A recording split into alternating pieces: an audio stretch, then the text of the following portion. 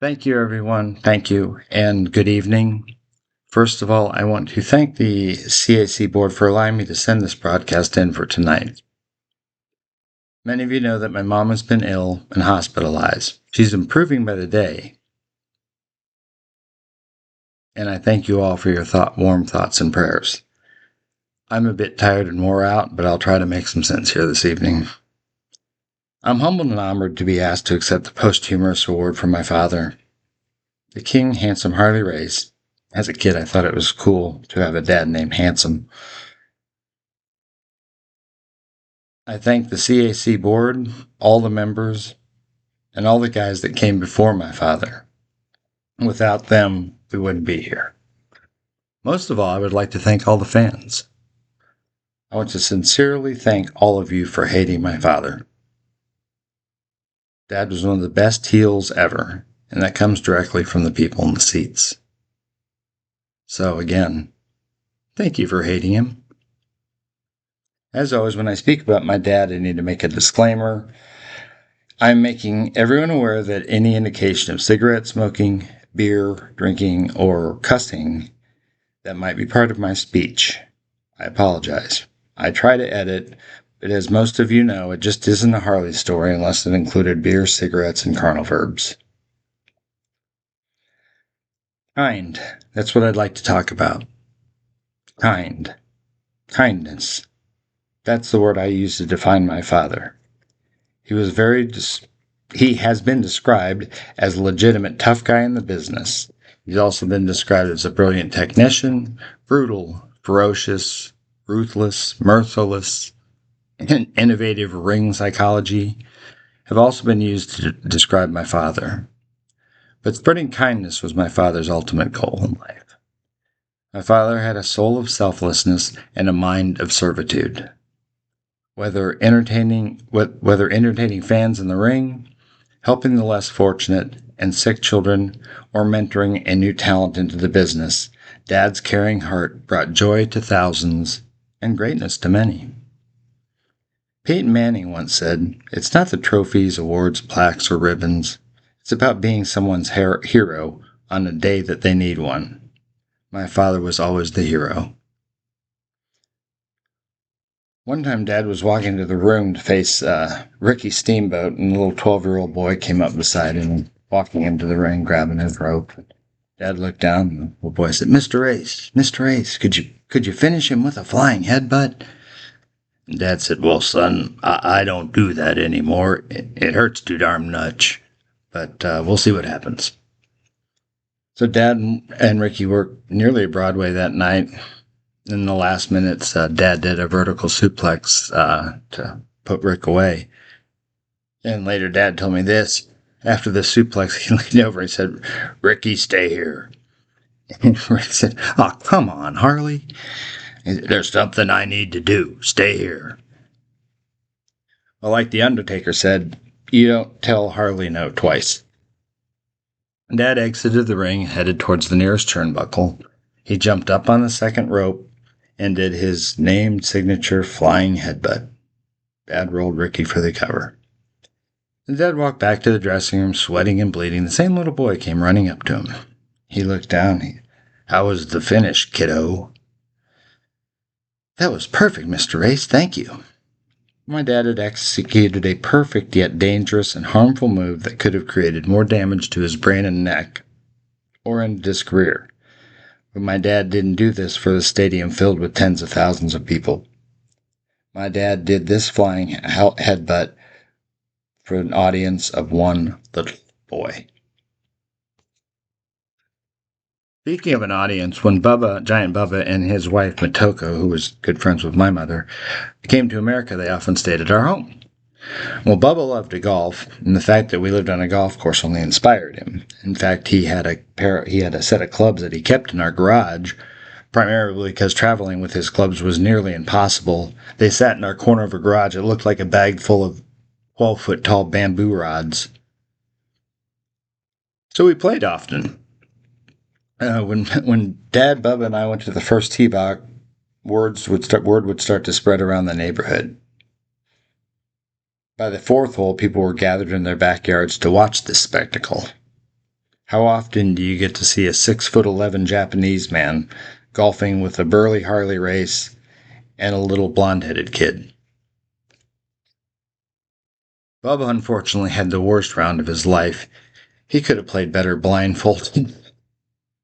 On the 13th box, Shohei Bubba hit a banana ball that almost came back to us at the tee box. I mean, it was nearly a boomerang.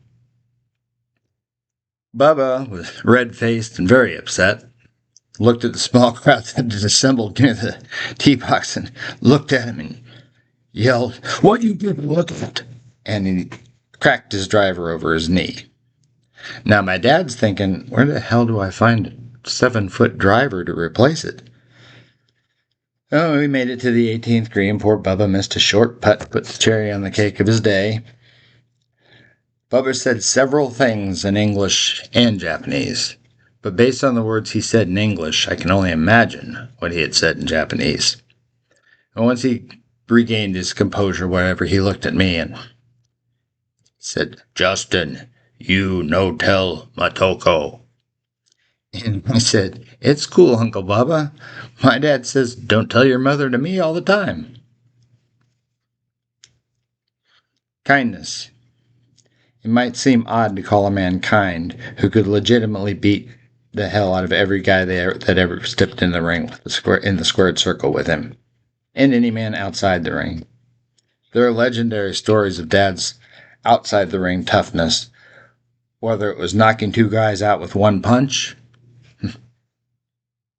back, one, forward, two, or walking into a bar, taking a pool cue, knocking all the quarters off the pool table, putting his quarters on, and declaring, "I'm next."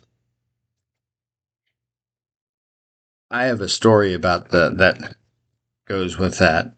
The Dome Globe, the belt that was presented to my father in 1973 by Sam Mushnick when they retired the old belt. And it had the globe on it. That's where it got its name, the protruding stainless steel globe. Well, after several years, this belt, this globe, had a dent in it. And no one knew where it came from except for 3 people, me, Dad, and Rick. In one of their matches, Rick hit my dad right over the head real hard with that belt. And the match, of course, ended in disqualification. So I was sitting back in the dressing room with my dad, and Dad stared at that mirror. And he looks at it, and he's looking, and my father has dropped more blood from his forehead than most human beings have in their bodies. But now he's bleeding from the top of his head through his signature afro. So, like mine. So, he looked like a big, huge red SOS pad with his afro. Now, Rick was at the other end of the dressing room. Dad turned around to face him. He said, "Ricky, if you hit me over the head with that goddamn belt one more time, I'm going to cram it up your ass." Rick never hit Dad with the belt again. One of the reasons that my father was and is so respected in this business was his willingness, no, I would say it was his honor, to bring younger guys up. Dad felt an obligation to the sport to take a mediocre talent in their first or second match and take them to a main event wrestler. Dad made sure these young guys knew who they were working for. Not Dad or the promoter, they were working for the fans. They always worked for the fans. As general in the dressing room or in the ring, Dad had a part in every match on the card. In the early years, he even decided most of the finishes on the card. He taught guys how to make fans pop during the match. He instructed on brilliant sequence, spectacular finishes. Dad was so good at teaching younger kids, primarily due to his selflessness, patience, and a love for seeing guys succeed. Dad made sure these young guys knew who they were working for. They were working for the people in the seats. As the general in the dressing room,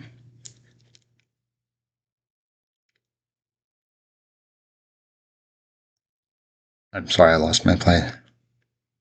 Dad also could recognize the limits of the guys that he was training and push them beyond them. And probably one of the most important things that he did for the guys in the new guys in the dressing room was every once in a while put them over.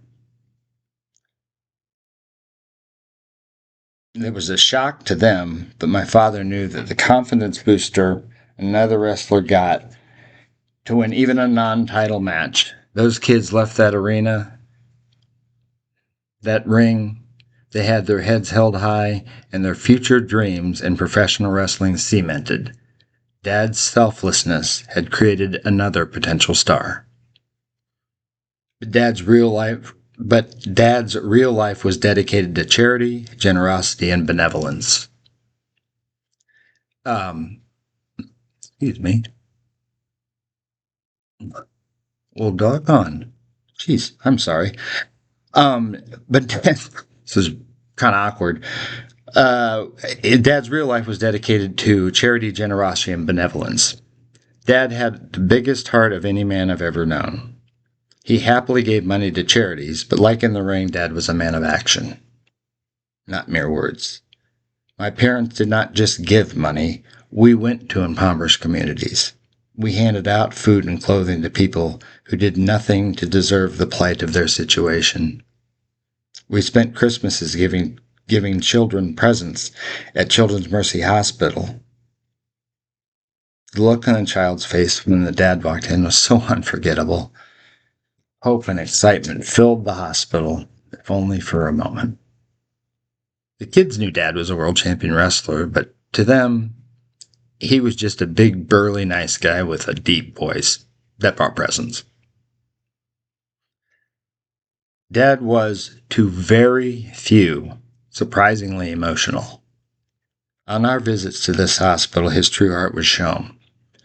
When we went into the rooms of the really sick children, terminally sick and all, Dad could only take so much. He would gently grasp the child's hands and whisper words of encouragement. I could almost see the power and energy being transferred from my dad's big old gentle warm paw to this frail delicate hand of a child that had hope for this moment. Then Dad would nod at my mom. That was a signal for her to take over.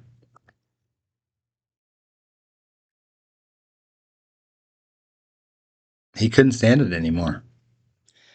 Dad would leave the room because he did not want this little, tough warrior fighter to see the world champion cry. I always felt guilty when we left the children, some not too many years younger than myself. In their pain and misery, they found excitement in seeing my father and my family. And I will never know how to come to terms with God on that one. But we were blessed to have the opportunity, and Dad was the hero for the ones that needed it that day. Back in the day when the heels rode with heels and faces with faces, Dad often rode alone. Unless Mom and I were with him or whatever. He rode alone primarily because no one would ride with him. Everyone knew he could get to any town in America in 11 minutes.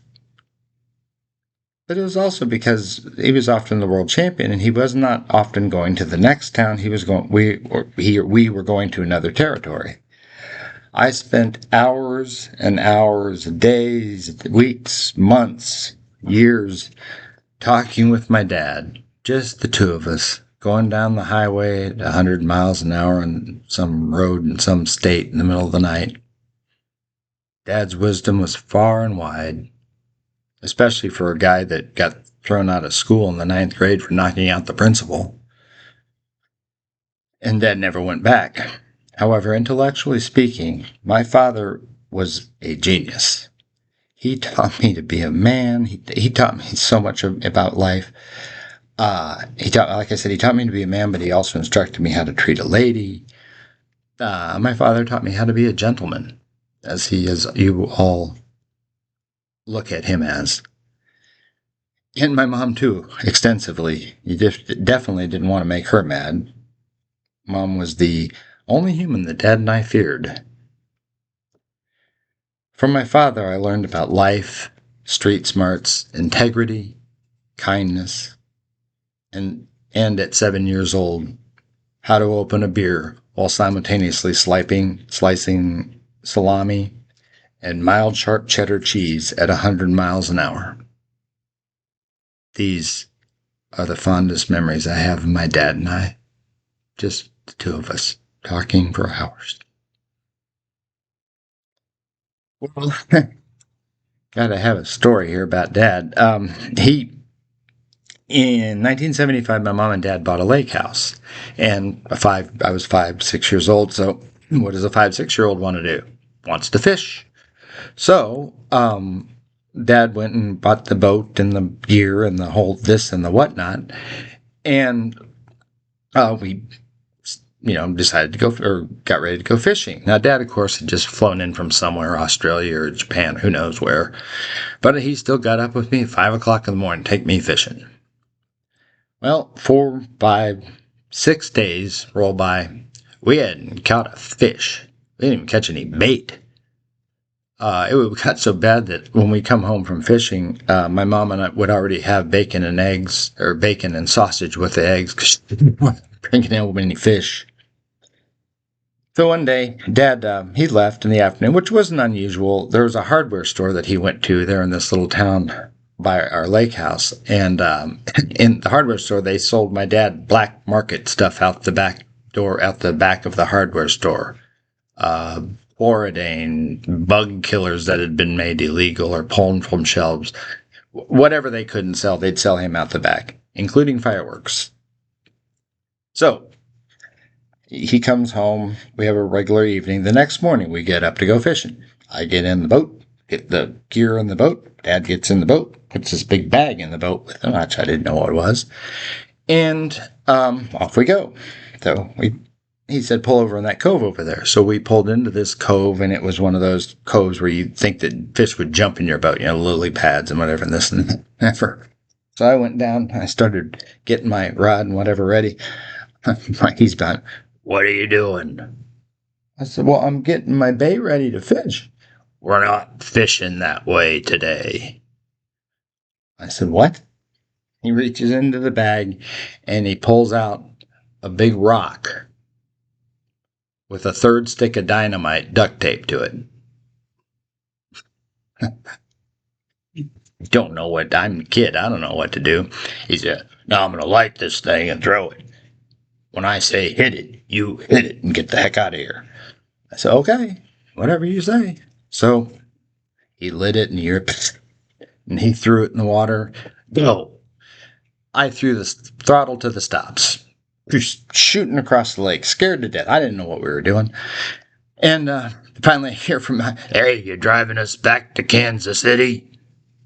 Go back to that cove. I said, oh, sorry. I turned around and drove back to the cove. Sure enough, there's 10, 15 fish floating there on the surface. From the explosion, it knocks them out. I found out later the concussion knocks them out. They weren't dead. And I'm looking at all these fish, and it's so cool and whatever, and I didn't know what to do. And I hear from behind me, hey. I turned around. Dad's got a net in his hand. Holds me the net and says, are you going to sit there or are you going to fish? Obviously, we didn't tell my mother how we caught those fish. One of the most important examples of my father's kindness was shown by my father in the ring and brilliantly camouflaged. His willingness to take any bump, to bleed, and to get hurt for the fans is fairly well known. However, Dad had 3 rules, 3 main focuses for every match he ever wrestled. He actually told me that. 3 things that happened every time. First, with the safety of the fans. Anyone that had seen Dad or Abby or Dad and Brody wrestle know that a few seconds of the ring is in the match and the rest of it is in the front row or the second balcony or wherever. And, they worked together. They really did. And Dad did a lot of the choreographing to ensure the fans' safety. Although it looked like it was just mayhem going on out there, he was ensuring the fans' safety by what he did. Or what he and Brody or whatever did. They camouflaged it. Dad's second rule for the safety of the guys was the safety of the guys, I should say. Dad would not permanently hurt anyone. He did so much in the ring to protect guys from themselves. When Dad slammed Andre outside in Houston, Texas, outside the ring on the cement in 1979, he saw a problem coming as he was executing the move. Andre's arm, if you've ever seen it, Andre's arm goes down and it's actually placed on the floor while Dad has him above him. Well, if Dad would have went ahead and put him over, Andre's arm would have been stuck. He could have lost. It could have been bad. Had 500 pounds coming down on his shoulder like that. So my dad, not known for his workout routine or weightlifting, stopped Andre from getting hurt. He saw the problem with Andre. On the momentum down, he stopped Andre just for a brief moment so Andre could clear his arm. And Dad said, "Hard enough to pick up that big son of a bitch, but try stopping his big ass on the way down so he didn't break his arm." Dad's strength was legendary.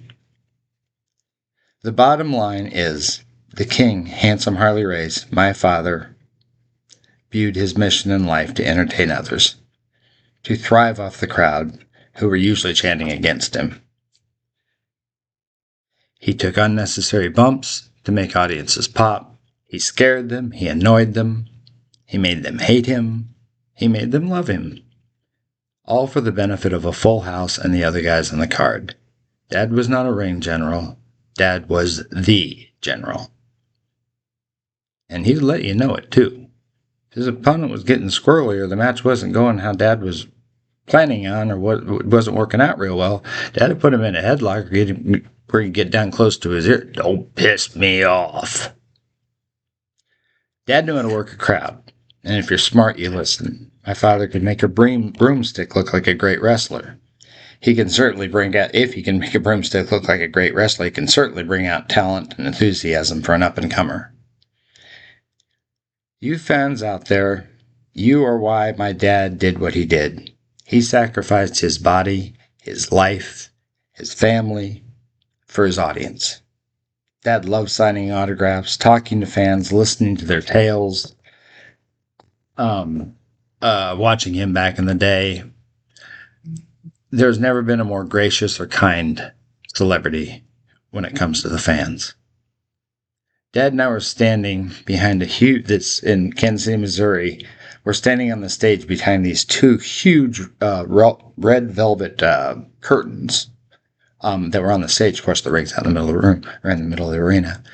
And so we were standing back there and, just kind of poking our noses through. And he was telling me play by play what looked good, what didn't look good, what worked, what didn't work, what needed to be done. Just coaching me through matches and stuff. Because I was a little bit older now. And I became inquisitive. I was smart to the business, but I did not understand the financial aspect, except for my dad. Especially for my dad, I should say. So I asked, "Dad, how do you get paid?"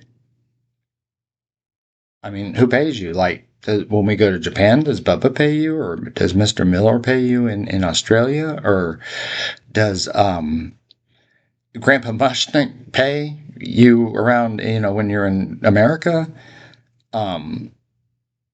Sometimes it was even in cash back then. So again, I asked my dad, "How do they pay you?"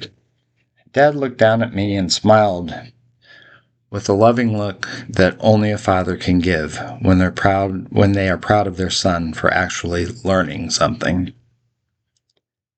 And he saw an opportunity to teach me something. He said, "Look out there at all those people. Not the match, the people." I looked out through those heavy velvet curtains with wiser eyes.